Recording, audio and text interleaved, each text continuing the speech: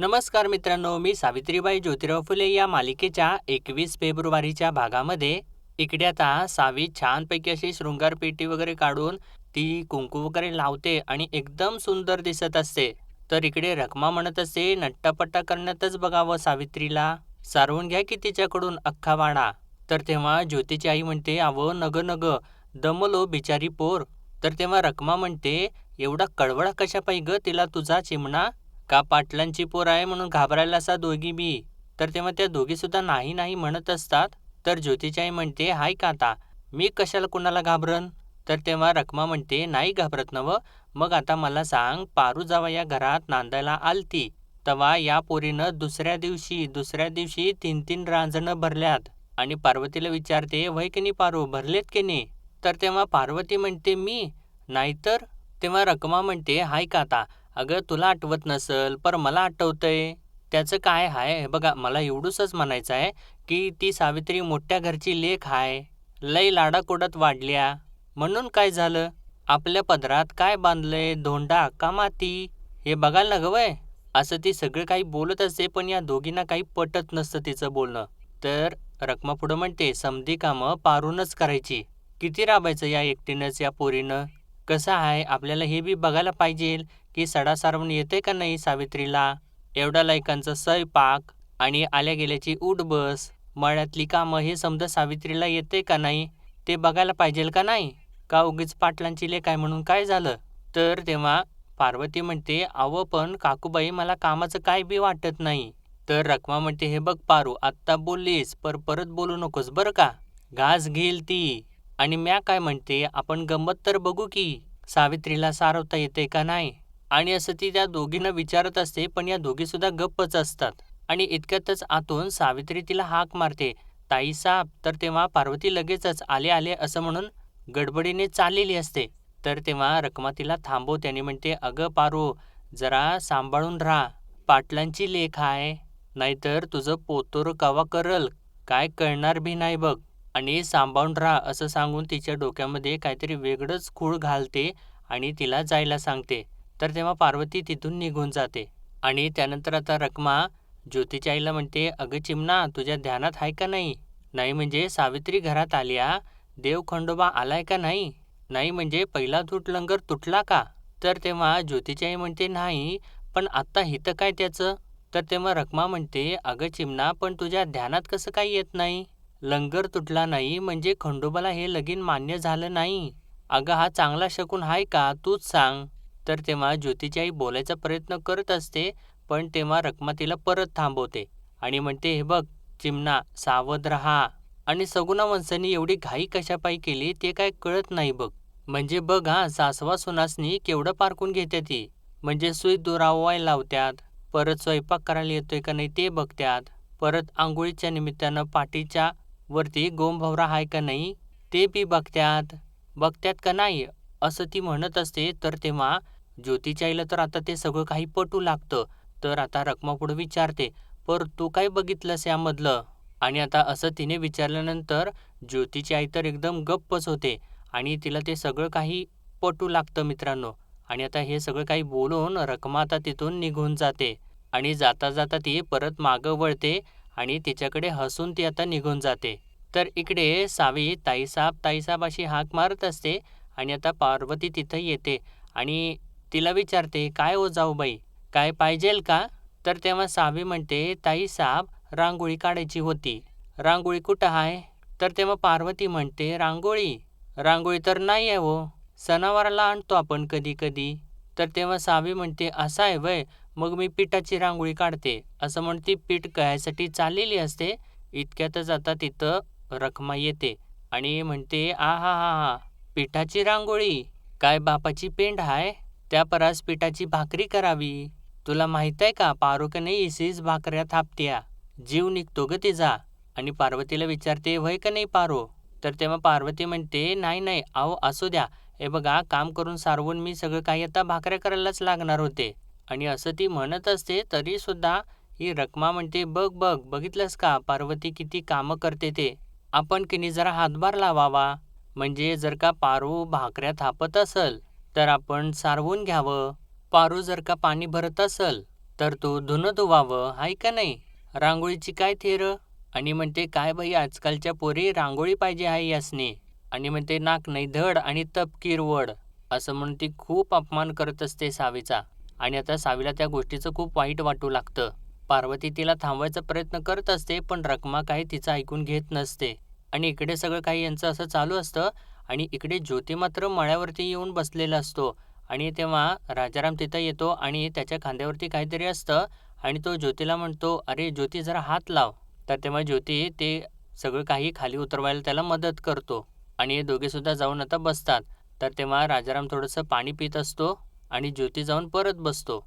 आणि पाणी पिऊन झाल्यानंतर राजाराम ज्योतीला म्हणतो, "कांद्याची पात तोडली का रं?" तर ज्योती सांगतो, "नाही तोडणार." तर राजाराम आता चिडतो आणि त्याला म्हणतो, "नाही तोडणार म्हणजे? मग कशाला आलाय मळ्यात?" तर ज्योती म्हणतो, "मग कुठं जाऊ सांग? माझी शाळा तर बंद केली तुम्ही." तर राजाराम म्हणतो, "अरे तुझं काय डोसकं बिस्कं फिरलंय का काय? काल बी दादांबरोबर हुज्जत घालत होता." तर ज्योती म्हणतो, "हुज्जत नाही, पण अण्णा मला सांग गोड बोलून फसवलं का नाही यांनी मला?" तर राजाराम म्हणतो, "काय फसवलंय तुला आणि काय वाईट केलंय तुझं? अरे तुझी बायको काय नकटी आहे का काळी बेंद्री आहे? दादानी उलट तुझं चांगलंच केलंय." तर ज्योती म्हणतो, "अरे अण्णा तू तरी माझी बाजू समजून घे. का तू बी आता त्यांची?" असं तो म्हणत असतो. तर तेव्हा राजाराम त्याला थांबवतो आणि त्याच्याजवळ बसून त्याला म्हणतो, "हे बघ मला एक गोष्ट सांग, तुला साळत घातलं कोणी?" तर तेव्हा ज्योती म्हणतो, "दादांनी." "पर काढलं बी त्यांनीच नव्हं?" तर तेव्हा राजाराम म्हणतो, "अरे तुला साळत न काढलं म्हणून तर पुण्यातल्या प्रत्येक घरात आणि प्रत्येक देवळात आपलीच फुलं जात्याती." तर तेव्हा ज्योतीला काही समजत नाही आणि तो म्हणजे असं विचारतो. तर तेव्हा राजाराम म्हणतो, "हे बघ ज्योती लई खोलात जाऊ नकस आणि बायकोला ब्याद ब्याद म्हणणं सोड आता. अरे लक्ष्मी आहे ती तुझी." असं तो सांगतो आणि तिथून उठून कामाला निघून जातो. तर मित्रांनो इकडे अखेर आता या रखमाने सावीला कामाला लावलेलं असतं आणि ती आता सारवत असते.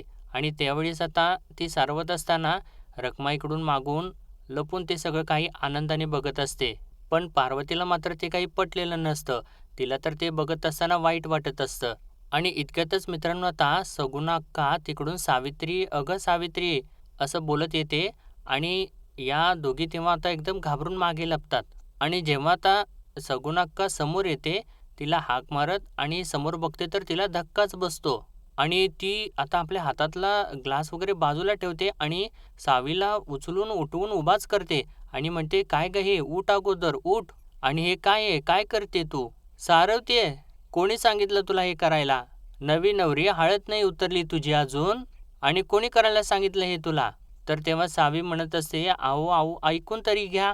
तर सगुणा अक्का तिच्यावरती ओरडते, "गप्प बस." आणि ज्योतीच्या आईला हाक मारू लागते, "चिमणा, अगं ए चिमणा." आणि पार्वतीला सुद्धा हाक मारते. तर पार्वती तर इकडे आतमध्ये घाबरूनच उभी असते. आणि तेव्हा तिच्या शेजारी उभा राहून रखमासुद्धा घाबरत असते.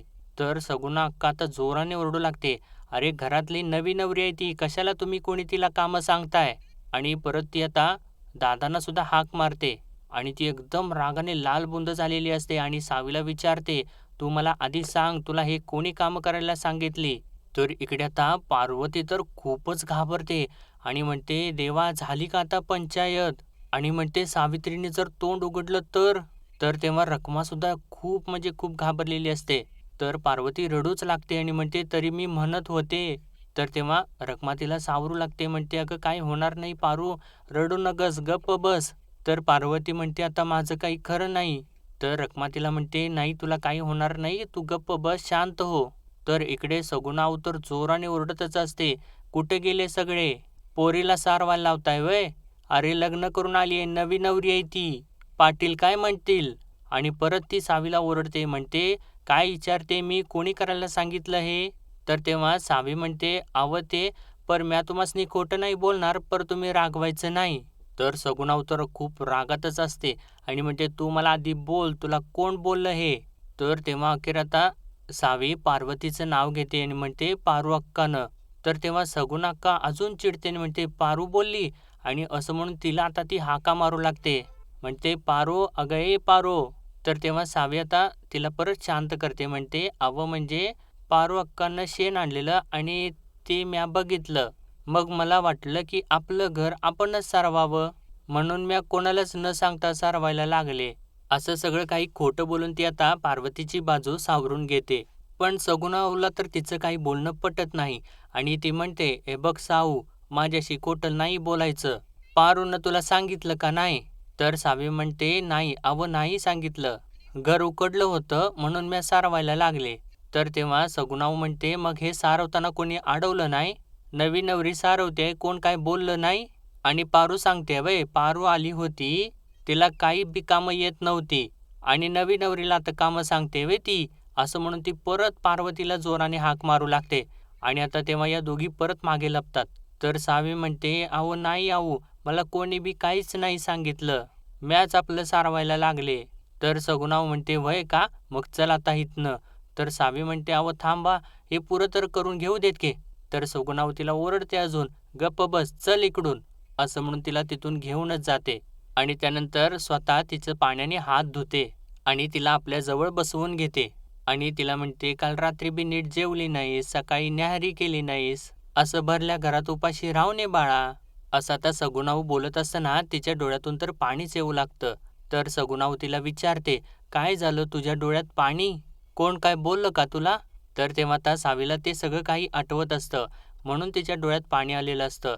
ज्योती जे काही बोललेलं असतो, "पर तुम्ही मला साळत पाठवणारच नव्हता, तर मग काय ही लग्नाची बॅद माझ्या गळ्यात बांधली?" आणि तेव्हा सगुणाऊ परत तिला एकदम शांतपणाने विचारते, "काय झालं? माहेराची आठवण येते व्हय?"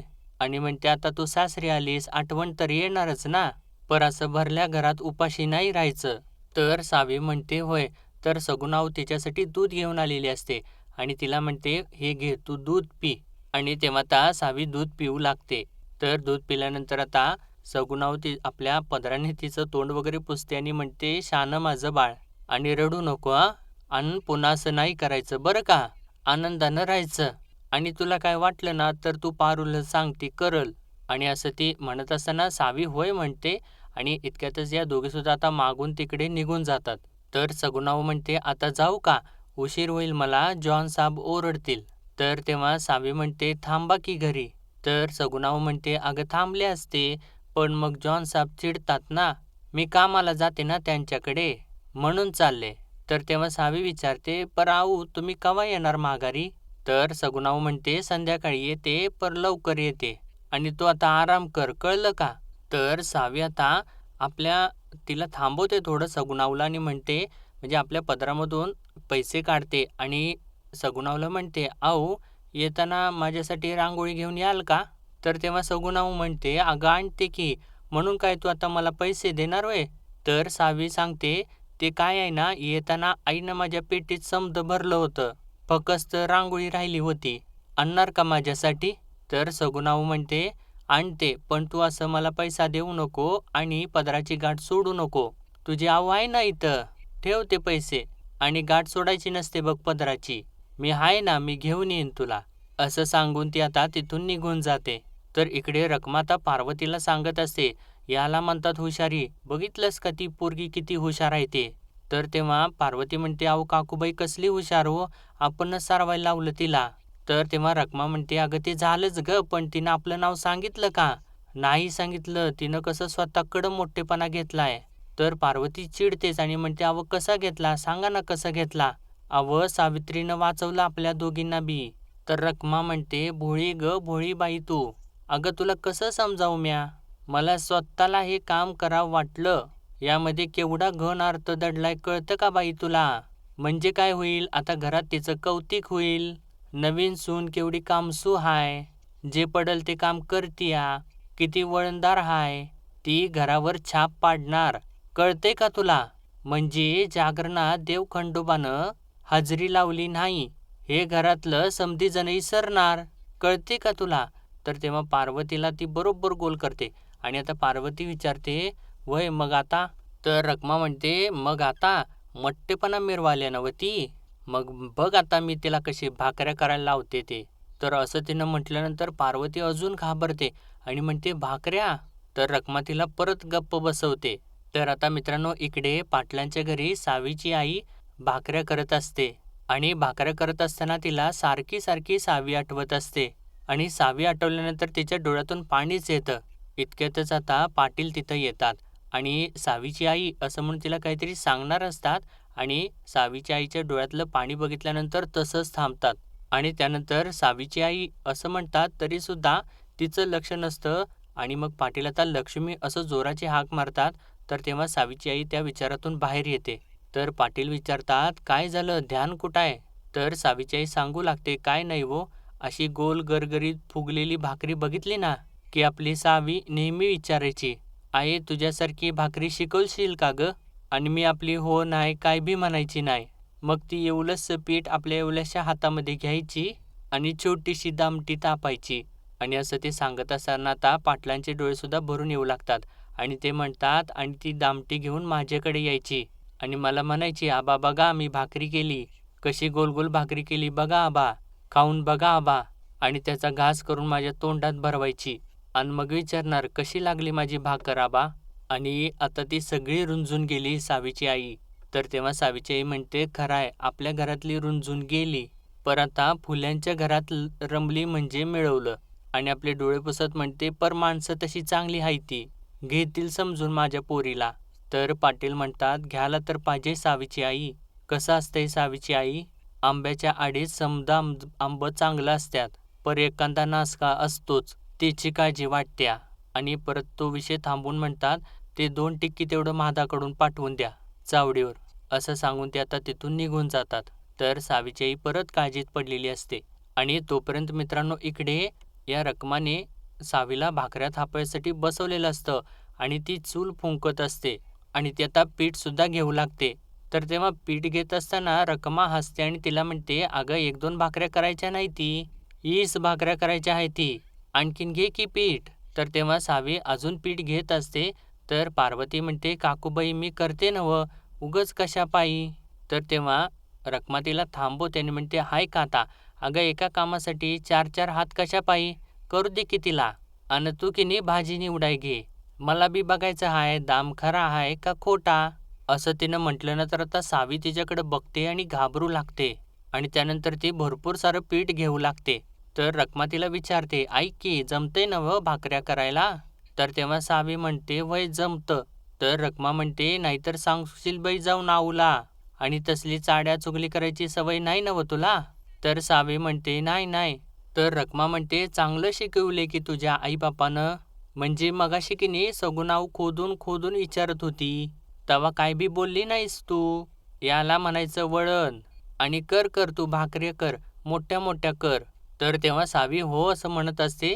तर रखमा म्हणते, "थांब छानपैकी." आणि ते सगळं बघत असताना इकडे पार्वतीला तर त्या गोष्टीचं वाईट वाटत असतं, पण ती काही करू शकत नसते. आणि आता सावी एवढ्या सगळ्या काही भाकऱ्या करायसाठी आता पीठ मळत असते आणि एक भाकरी करायसाठी घेते. तर तेव्हा रखमा इशाऱ्याने पार्वतीला सांगत असते आणि आता सावी भाकरी थापायला सुद्धा घेते. आणि मित्रांनो आता ही सगुणावू नसते, त्यामुळे ही बरोबर गैरफायदा घेते आणि सावीला भाकऱ्या करायसाठी लावते. आणि मित्रांनो आजचा भाग इथेच संपतो आणि पुढील भागामध्ये आपण पाहणार आहोत, राजाराम आता ज्योतीला विचारतो इकडे काय झालं? तर तेव्हा ज्योती म्हणतो, "लई भूक लागल्या आणि भाकऱ्या घेऊन बी कोणी आलेलं नाही." तर तेव्हा राजाराम विचारतो, "सावित्री येणार होती का?" तर तेव्हा ज्योती म्हणतो, "मला नाही माहिती." तर तेव्हा राजाराम म्हणतो, "अरे कधी नाही ते एवढी वाट बघतोय आणि माहीत नाही म्हणतोय व्हय?" असं म्हटल्यानंतर आता ज्योती थोडासा लाजू लागतो. तर इकडे आता सावी भाकऱ्या भाजत असते. तर तेव्हा तिला तव्याचा चटका लागतो. तर ते बघितल्यानंतर पार्वती ज्योतीच्या आईला म्हणते, "अहो सासूबाई मी बघू का?" तर तेव्हा ज्योतीची आई तिला थांबवते आणि म्हणते, "तव्याचं चटकं बाईसाठी दागिनं असतात, त्याशिवाय बाईच्या हाताला शोभा नाही." तर सावीसुद्धा रडत असते इकडे. तिला जोराचा चटका बसलेला असतो आणि ती मनातल्या मनात म्हणते खरी, "आता थांबू नकस, तू ब्याद नाहीस हे खरं कर." आणि असं सगळं काही बोलून मित्रांनो ती स्वतःला सिद्ध करायचा प्रयत्न करत असते. आणि आजच्यापुरतं एवढंच. भेटूया आपण परत उद्याच्या भागामध्ये. तोपर्यंत आपल्या व्हिडिओला लाईक, शेअर आणि सबस्क्राईब नक्कीच करा. धन्यवाद.